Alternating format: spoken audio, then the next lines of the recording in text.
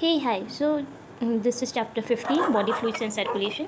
And in this chapter, we will learn why circulation is needed in our body and what is that fluid which is circulated in it. So, हमारी body में जितने भी sales हैं उन सबको nutrients, oxygen और other essential substance की लगातार ज़रूरत पड़ती रहती है। और जो भी वेस्ट प्रोडक्ट बन रहा होगा, हार्मफुल सब्सटेंसेस प्रोड्यूस हो रहे होंगे, ये भी बहुत ज़रूरी है कि हमारा सेल अच्छे से फंक्शन करे, तो वो लगातार निकलते रहें। तो इसके लिए एक एफिशिएंट मैकेनिज़्म की हमें ज़रूरत पड़ती है ताकि वो सेल में आए और सेल से में जो हमारे लिए ज़रूरी चीज़ें हैं वो सेल को दे और जो हार्मफुल सब्सटेंसेस हैं उनको निकाल के बाहर कर दे। तो जैसे कि अगर आपको कोई एक चीज़ को फ्लो कराना है, किसी भी लिक्विड को फ्लो कराना है, तो you have to use a pump. जैसे कि हमारे घरों में अगर हमें छत पे पानी भेजना है तो हमें एक पंप की ज़रूरत पड़ती है। क्या तो आप उठा करके लेके जाइए एक एक बकेट, और या तो फिर आप एक पंप लगवाइए ताकि वो सीधे एक पाइप से होते हुए सीधे आपके छत पे पानी जा पाए। तो वैसे ही हमारा हार्ट वो पंप है जिससे वो फ्लूइड यहाँ पे क्या है, ब्लड है, जो कि हमारे शरीर के हर एक हिस्से में उसके हर एक सेल तक पहुंचता है। तो जो डिफरेंट ग्रुप ऑफ एनिमल्स होते हैं उन सब ने अपने अपने ट्रांसपोर्ट के लिए कोई ना कोई मेथड इवॉल्व कर रखा है कि इस मेथड से हम क्योंकि जो सिंपलर टिश्यूज़ हैं वो इतनी इनके पास एनर्जी वो नहीं इनके पास है कि वो पंप लगवा करके अपने शरीर में एक जगह से दूसरे जगह तक भेज पाए, या फिर वो उतना भारी पंप नहीं लगवा पाएंगे, वो छोटा पंप लगवाएंगे। तो इसीलिए डिफरेंट काइंड्स ऑफ एनिमल्स ने डिफरेंट तरीके के मेथड्स को अडाप्ट किया है इस तरीके के ट्रांसपोर्ट को करवाने के लिए। तो जैसे कि जो सिंपल ऑर्गेनिजम्स हैं, जैसे कि हम देखेंगे स्पॉन्जेस हैं और सिलेंट्रेट्स हैं, तो ये इनको सर्कुलेट करना होता है वाटर। ये क्या करते हैं, अपने अंदर से बस ये पानी को लेकर के आते हैं एक तरफ से।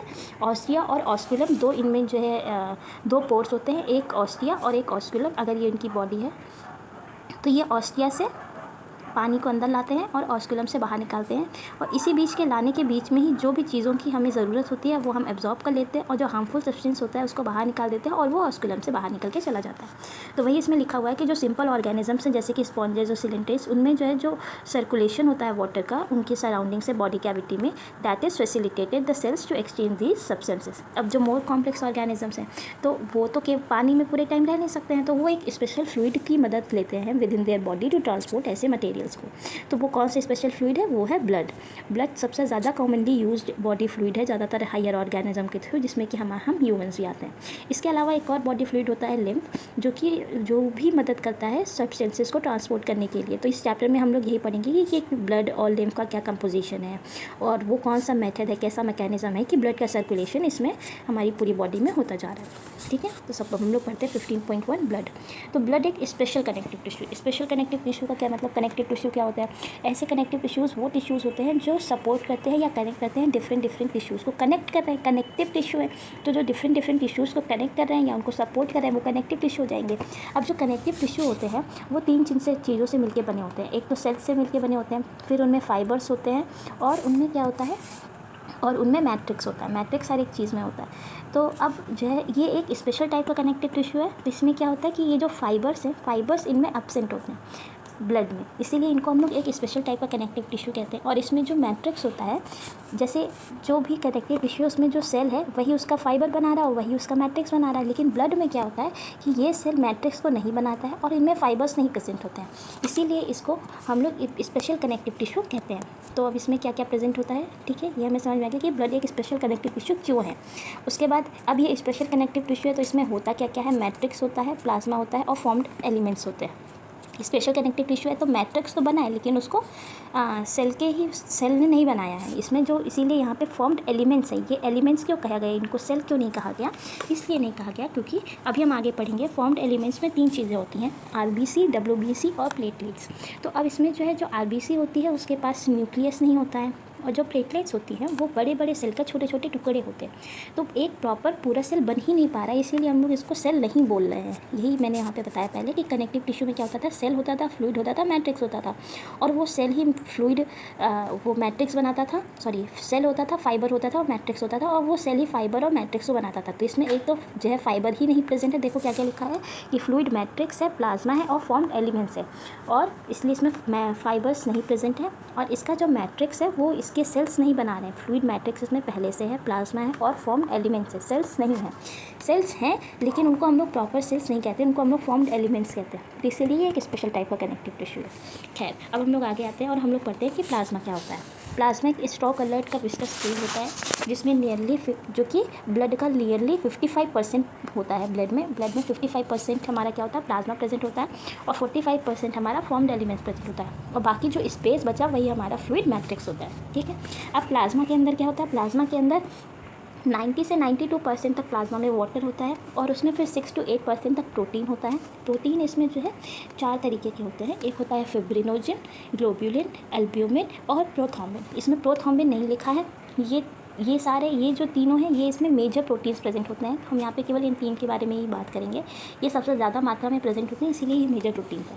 अब फिब्रिनोजन क्या है, फिब्रिनोजन और जो प्रोथ्रोम्बिन मैंने बताया ये दोनों क्लॉटिंग और कोआगुलेशन में मदद करते हैं। हम इसके वर्ड से ही समझ में आ जाता है। अगर आप बायो के वर्ड को तोड़ करके समझना सीख गए तो आपको बायो समझ में आने लगेगी। तो देखिए लिखा हुआ है फिब्रिनोजन। फिब्रिनोजन मतलब जो कि जेल मतलब बना हुआ है, और फिब्रिन मतलब फिब्रिन अभी हम लोग आगे पढ़ेंगे कोआगुलेशन ऑफ ब्लड में।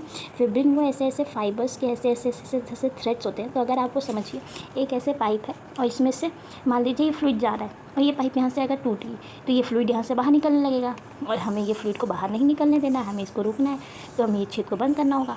अब हम यहाँ पे क्या करेंगे, या तो टेप लगाएंगे। टेप कैसे लगवा देंगे, हम लोग यहाँ पे धागे का छोटा छोटा ऐसे थ्रेड लाएंगे और एक मेश जैसा स्ट्रक्चर बना देंगे, ताकि ये यहाँ पे जो छेद हुआ है वो बंद हो जाए और ये फ्लूइड यहाँ बाहर निकलना रुक जाए। जैसे ही आपको अगर कभी चोट लग जाती है तो आप देखते होंगे चोट लगने के बाद वहाँ पे एक स्कम बन जाता होगा डार्क ब्राउन रेड कलर का, तो वो स्कम ही हमारा फिब्रिनोजन क्लॉट कहलाता है। वो कोआगुलेशन हो जाता है वहाँ पे ब्लड का, और वो फिब्रिन और भी अदर क्लॉटिंग फैक्टर से मिलकर के बना होता है।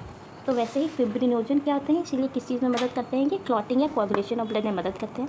उसके अलावा जो नेक्स्ट प्रोटीन होता है वो ग्लोब्यूलिन होता है। वो प्राइमरली इन्वॉल्व होता है डिफेंस मैकेनिज्म में। इसमें IG एंटीबॉडी प्रेजेंट होती है, इसीलिए ये डिफेंस मैकेनिज्म करता है। और इसको आप ऐसे याद रखते हैं कि गोला ग्लोब्यूलिन है ना, तो गोला फेंक के मारा था, ऐसे करके याद रख सकते हैं कि ग्लोब्यूलिन डिफेंस मैकेनिज्म हमारी बॉडी में जो है करवाता है, में मदद करता है। और उसके बाद एल्ब्यूमिन होता है जो कि ऑस्मोटिक बैलेंस में हेल्प करता है। ठीक है, तो प्लाज्मा में क्या होता है प्रेजेंट, खैर प्लाज्मा ब्लड में 55% प्रेजेंट होता है। फिर प्लाज्मा में 90 से 92% हमारा वाटर होता है, 6 to 8% प्रोटीन होता है। प्रोटीन में हमने 3 चीज़ें पढ़ी, फिब्रिनोजन, ग्लोब्यूलिन और एल्ब्यूमिन। फिब्रिनोजन था फिब्रिन है तो वो क्लॉटिंग में मदद करता है, ग्लोब्यूलिन गोला फेंक के मारा तो डिफेंस मैकेनिज्म में मदद करता है, और एल्ब्यूमिन है तो वो ऑस्मोटिक बैलेंस करवाता है। अब इसके अलावा कुछ स्मॉल अमाउंट्स में मिनरल्स भी प्रेजेंट होते हैं, जैसे कि और इलेक्ट्रोलाइट्स प्रेजेंट होते हैं, जैसे कि Na+ है, कैल्शियम +2 है, मैग्नीशियम +2 है, calcium Cl-3, chlorine -3 sorry etcetera. ऐसे अलग अलग इलेक्ट्रोलाइट और glucose, amino acid, lipids etcetera present होते हैं प्लाज्मा में, जो कि always are transit in the body. Transit मतलब हमेशा चेंज होते रहते हैं, हमेशा एक ही फॉर्म में नहीं प्रेजेंट होते हैं, हमेशा अपने आप को, जैसे अमाइनो एसिड्स हैं तो वो जोड़ करके प्रोटीन बना रहे हैं, या फिर प्रोटीन टूट करके अमाइनो एसिड हो रहे हैं, तो वो हमेशा चेंज होते रहते हैं, इस फॉर्म में प्रेजेंट होते हैं। फिर अदर फैक्टर्स जो कोआगुलेशन और ब्लड क्लॉटिंग में मदद करते हैं, अगर उनको प्लाज्मा में वो इनएक्टिव फॉर्म में प्रेजेंट होते हैं। ऑब्वियसली अगर वो एक्टिव फॉर्म में प्रेजेंट होंगे तो हमारा पूरा ब्लड हमेशा के लिए क्लॉट हो जाएगा, और हमें ये तो चाहिए नहीं, हमें वो फ्लूइड फॉर्म में चाहिए। तो इसीलिए जब हमें ज़रूरत हो केवल वो तभी एक्टिव होते हैं, बाकी टाइम में इनएक्टिव फॉर्म में प्रेजेंट होते हैं। और अगर इन्हीं क्लॉटिंग फैक्टर्स को हम लोग प्लाज्मा में से निकाल देते हैं तो हम लोग उसको क्या कहते हैं, सीरम कहते हैं। यानी कि अगर हम लोग प्लाज्मा में से क्लॉटिंग फैक्टर्स को निकालते हैं तो जो बचा वाला पोर्शन है वही हमारा क्या होता है, सीरम होता है। तो this is all about plasma.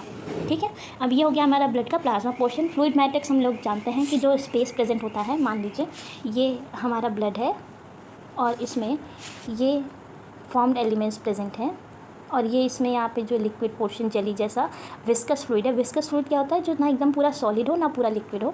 तो जो बचा वाला स्पेस आप यहाँ पे देख रहे हैं वही हमारा फ्लूइड मैट्रिक्स हो गया। तो हमने वो लिक्विड और जेली जैसा पोर्शन देख लिया, वो प्लाज्मा है। और अब हम लोग यहाँ पे जो सेल्स पड़े हुए हैं उनको देखेंगे, वो सेल्स क्या है, फॉर्म्ड एलिमेंट्स हैं। फॉर्म्ड एलिमेंट्स हमारे क्या होते हैं, 3 तरीके के होते हैं, erythrocyte, leucocytes and platelets. Erythrocytes क्या होता है, एरिथ्रोसाइट्स को हम लोग RBC कहते हैं। ये सबसे ज़्यादा, अब जितने भी फॉर्म्ड एलिमेंट्स कितने प्रेजेंट होता है, 45% प्रेजेंट होता है हमारी ब्लड में। प्लाज्मा कितना था, 55% था, और हमारा जो फॉर्म्ड एलिमेंट्स कितने, 45% प्रेजेंट है। अब एरिथ्रोसाइट्स हमारे RBCs हैं, जो कि सबसे ज़्यादा मोस्ट एबेंडेंट सेल्स हैं हमारे ब्लड में। एक हेल्दी एडल्ट मैन में एवरेज 5 मिलियन से लेकर के 5.5 मिलियन RBC पर mm³ ऑफ ब्लड में प्रेजेंट होता है। RBCs जो बनते हैं ये रेड बोन मैरो में बनते हैं, और ये जा करके डिस्ट्रॉय होते हैं स्प्लीन में, इसीलिए उनको हम लोग स्प्लीन को हम लोग ग्रेवयार्ड ऑफ RBC कहते हैं। स्प्लीन होता क्या, हमारे पेट के पीछे की तरफ स्प्लीन होता है।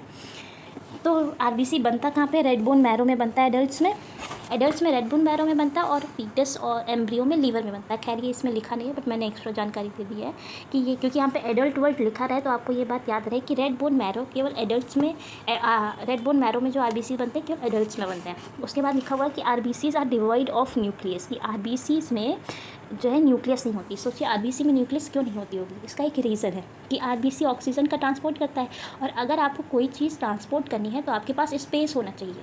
इसलिए RBC are divide of nucleus in most of the mammals, and they are biconcave in shape. They are not circular, not oval, they are biconcave. And how biconcave? Let me show you. This is one concave and this is another concave. So this structure formed in between, this is called biconcave structure. This is like this structure. So this is the shape of the RBC. फिर RBCs are divided of nucleus in most of the mammals and are biconcave in shape. They have red colored iron containing complex protein called hemoglobin, hence the color and name of these cells. These are called red blood cells, because they are red in color. And why red color? Because they have iron containing one complex protein called hemoglobin. And the structure of hemoglobin and how it is and why this is red in color, because iron is present in it, and this is a complex protein because its structure is very complex. So you will learn it about in higher classes. We will go ahead now. So in a healthy individual, 12 to 16 grams of hemoglobin in every 100 ml of blood is present, and these molecules play a significant role in transport of respiratory gases. This is what I told you कि जो है ये oxygen का transport करते हैं, इसीलिए हमें इनकी ज़रूरत होती है। इसीलिए ये इनमें न्यूक्लियस नहीं होते हैं, एब्सेंट होते हैं। RBC have an average life span of 120 days. Average इनका लाइफ स्पैन 120 डेज का होता है, आफ्टर विच ये स्प्लीन में जाकर के डिस्ट्रॉय हो जाता है। तो this is all about erythrocyte. क्या क्या पॉइंट थे एक बार फिर से बोल लेते हैं। सबसे पहले इनका नाम आरबीसी है, this is the first point. दूसरा यानी कि रेड ब्लड सेल्स। दूसरा ये सबसे ज़्यादा मोस्ट एबेंडेंट है, सेकेंड पॉइंट। थर्ड ये 5 मिलियन से 5.5 मिलियन तक होते हैं पर mm³ ऑफ ब्लड में। फिर उसके बाद चौथा पॉइंट है कि ये अडल्ट में ब्लड बोन मैरो में बनते हैं। नेक्स्ट पॉइंट है, पांचवा पॉइंट है कि ये स्प्लीन में जाकर के डिस्ट्रॉय होते हैं। छठा पॉइंट है कि ये इनमें न्यूक्लियस नहीं होता है। सातवां पॉइंट है कि ये रेड कलर के होते हैं और आयरन कंटेनिंग एक कॉम्प्लेक्स प्रोटीन इनमें होता है जो कि हीमोग्लोबिन कहलाता है। आठवां पॉइंट है कि ये बाइकॉन्केव शेप के होते हैं। नौवां पॉइंट है कि ये 12 से 16 ग्राम ऑफ हीमोग्लोबिन प्रेजेंट होता है पर 100 ml ऑफ ब्लड में। और 10वां पॉइंट है कि ये जो है ट्रांसपोर्ट करते हैं रेस्पिरेटरी गैसेस का। और 11 पॉइंट है कि ये 120 दिन तक जिंदा रहते हैं। इनका लाइफ स्पैन कितना है? 120 डेज है। So this is all about RBC. Now we will read about and learn about WBCs. WBCs are called the leukocytes or white blood cells. And why they are white? Because they lack hemoglobin. अभी अगर इनके पास hemoglobin नहीं है तो ये white colour के दिखते हैं। ये आरबीसी न्यूक्लिएटेड नहीं था, उसमें न्यूक्लियस प्रेजेंट नहीं था, लेकिन ये न्यूक्लिएटेड होते हैं और रिलेटिवली लेसर इन नंबर होते हैं। क्योंकि कितना नंबर होता है और इनका 6000 से लेकर के 8000 mm³ ऑफ ब्लड। ये जनरली शॉर्ट लिव्ड होते हैं। आरबीसी 120 दिन जिंदा रहता था, ये शॉर्ट लिव्ड होते हैं। इनकी दो मेन कैटेगरी होती है, एक ग्रैनुलोसाइट और एक ग्रैनुलोसाइट। ग्रैनुलोसाइट क्या होता है? जिनमें ग्रैन्यूल्स प्रेजेंट होते हैं वो ग्रैनुलोसाइट्स होते हैं, और जिनमें ग्रैन्यूल्स एब्सेंट होते हैं वो एक ग्रैनुलोसाइट्स होते हैं। ग्रैन्यूल्स वाले क्या कौन से होते हैं? वो भी 3 तरीके के होते हैं। अब ग्रैन्यूल्स प्रेजेंट है तो ग्रैन्यूल्स का कोई ना कोई ग्रैन्यूल्स है तो उसका कोई ना कोई अपना नेचर होगा। तो नेचर इसमें क्या है? Neutrophils, eosinophils and basophils. Eosinophils is that acid form. Neutrophils मतलब कि वो न्यूट्रल होता है, और बेसोफिल्स मतलब बेस होता है उसका फेस, यानी कि वो बेस होता है। तो न्यूट्रोफिल्स है, while lymphocyte and monocyte are the agranulocytes. अब न्यूट्रोफिल्स देखिए, न्यूट्रोफिल्स न्यूट्रल है। ये सबसे कोई भी चीज़ जो न्यूट्रल होगी वो कहीं पे भी सबसे ज़्यादा प्रेजेंट होगी, इसीलिए सबसे ज़्यादा मोस्ट एबेंडेंट होते हैं 60 से 65%। बेसोफिल्स सबसे कम होते हैं 0.5 से लेकर के 1% तक। जो न्यूट्रोफिल्स होते हैं और मोनोसाइट होते हैं ये फैगोसाइटिक होते हैं। फैगोसाइटिक मतलब जो दूसरे बाहर के आने वाले फॉरेन ऑर्गेनिज्म से, फैगो वर्ड मतलब खाना, तो वो उनको खा लेते हैं, यानी कि उनको डिस्ट्रॉय कर देते हैं जो हमारे बॉडी में फॉरेन ऑर्गेनिज्म से इंटर करते हैं। तो न्यूट्रोफिल्स और मोनोसाइट ये काम करते हैं। न्यूट्रोफिल ज़्यादा रैपिडली ये काम करता है और ज़्यादा फैगोसाइटिक हमारा होता क्या है, मोनोसाइट होता है। पर ज़्यादा रैपिडली काम कौन करता है, न्यूट्रोफिल करता है। फिर उसके बाद अब देखिए बेस है, तो बेस क्या सिक्रीट करेगा, हिस्टामिन, सेरोटोनिन और हेपेरिन सिक्रीट करता है इस और इन्फ्लामेटरी रिएक्शंस में इन्वॉल्व होता है। बेस है, बेसोफिल है, तो इसीलिए वो इन्फ्लामेटरी रिएक्शंस में इन्वॉल्व होता है। जहाँ पे भी सूजन आ गई है या फिर स्वेलिंग हो गई है और इन्फ्लेमेशन हो गया है, उन सब जगहों, उन सारे चीज़ों को, वहाँ के रिएक्शंस को जो सही करता है, किस चीज़ का सिक्रेशन करके, हिस्टामिन, सेरोटोनिन और हेपेरिन। और अब एसिड है, इओसाइनोफिल, तो एसिड है, तो एसिड क्या करेगा, इन्फेक्शन से रेजिस्ट करेगा, हमें इन्फेक्शन से लड़ने में मदद करेगा और जितने भी एलर्जिक रिएक्शंस हैं उनसे हमें बचाएगा। तो इओसाइनोफिल्स 2 से 3% प्रेजेंट होता है और रेजिस्ट क्या करता है, इन्फेक्शन रेजिस्ट करता है और एलर्जिक रिएक्शन से हमें बचाता है। उसके बाद लिम्फोसाइट होता है, वो 20 से 25% प्रेजेंट होता है और majorly B and T forms present होते हैं। बोथ बी और टी लिम्फोसाइट जो होते हैं वो immune response of the body के लिए रिस्पॉन्सिबल होते हैं। तो this is all about WBC। तो इसके क्या क्या पॉइंट्स है एक बार हम लोग फिर से देखेंगे। WBC, ग्लूकोसाइड्स को हम लोग WBC भी कहते हैं, वाइट ब्लड सेल्स, पहला पॉइंट। दूसरा पॉइंट ये कलरलेस होते हैं। तीसरा पॉइंट ये न्यूक्लिएटेड होते हैं। चौथा पॉइंट इनका बहुत कम नंबर होता है, 6000 से लेकर के 8000 mm³। उसके बाद पांचवा पॉइंट कि ये शॉर्ट लिव्ड होते हैं। छठवां पॉइंट कि ये 2 तरीके के होते हैं, ग्रैनुलोसाइट और एग्रैनुलोसाइट। ग्रैनुलोसाइट हमारा ग्रेन्यूल्स है तो उसका कोई ना कोई नेचर होगा, तो 3 तरीके का होता है, न्यूट्रल, एसिड और बेस। तो न्यूट्रोफिल्स, इओसाइनोफिल्स एंड बेसोफिल्स। और दूसरा हमारा एग्रैनुलोसाइट होता है, लिम्फोसाइट एंड मोनोसाइट। अब जो न्यूट्रोफिल और मोनोसाइट होता है ये दोनों फैगोसाइटिक नेचर के होते हैं, यानी कि जो बाहर फॉरेन ऑर्गेनिजम्स आ रहे हैं उनको बचा लेता है। ये हमारा 7वां पॉइंट था। 8वां point, basophils histamine, serotonin, heparin secrete करता है ताकि हमें इन्फ्लामेटरी रिएक्शंस में इन्वॉल्व होकर के इन्फ्लेमेशन से रोकता है। उसके बाद 9वां पॉइंट है कि इओसाइनोफिल्स हमें इन्फेक्शंस रेजिस्ट करके एलर्जिक रिएक्शंस में मदद करता है। 10वां पॉइंट है कि लिम्फोसाइट बी और टी तरीके के होते हैं, बी और टी लिम्फोसाइट्स, जो कि immune response of the body के लिए रिस्पॉन्सिबल होते हैं। So this is all about leucocytes and now we will learn about platelets. तो प्लेटलेट्स को हम लोग थ्रोम्बोसाइट्स भी कहते हैं। ये क्या होते हैं, सेल के फ्रेगमेंट होते हैं, छोटे छोटे सेल के फ्रेगमेंट्स होते हैं जो कि मेगा कैरियोसाइट से बने होते हैं। मेगा वर्ड मतलब बड़े, कैरियो वर्ड मतलब न्यूक्लियस, साइट मतलब सेल। तो जो बड़े न्यूक्लियस के सेल थे वही जब छोटे छोटे टूट गए तो वही हमारे जो छोटे छोटे टूटे हुए थे वही हमारे प्लेटलेट्स थे। और special cells in the bone marrow, और ये कहाँ पे प्रेजेंट होते हैं, बोन मैरो में प्रेजेंट होते हैं। ब्लड में नॉर्मली 1.5 लाख से 3.5 लाख प्लेटलेट्स पर mm³ प्रेजेंट होती हैं। प्लेटलेट्स एक रिलीज़ करती हैं एक वैरायटी ऑफ सब्सटेंसेस जो कि ज़्यादातर किस चीज़ में इन्वॉल्व होता है, कोआगुलेशन या क्लॉटिंग ऑफ ब्लड में इन्वॉल्व होता है। अगर हमारा प्लेटलेट्स में रिडक्शन हो गया क्योंकि ये क्लॉटिंग और कोआगुलेशन में इन्वॉल्व था तो हमें क्लॉटिंग डिसऑर्डर्स हो जाएंगे, जिसकी वजह से हमारी बॉडी में ब्लड बहुत लॉस होने लगेगा। ऑब्वियसली अगर हमारे बॉडी में स्कम नहीं बनेगा, क्लॉट नहीं बनेगा, तो ब्लड ज़्यादा लॉस होगा, हमें क्लॉटिंग डिसऑर्डर हो जाएगा।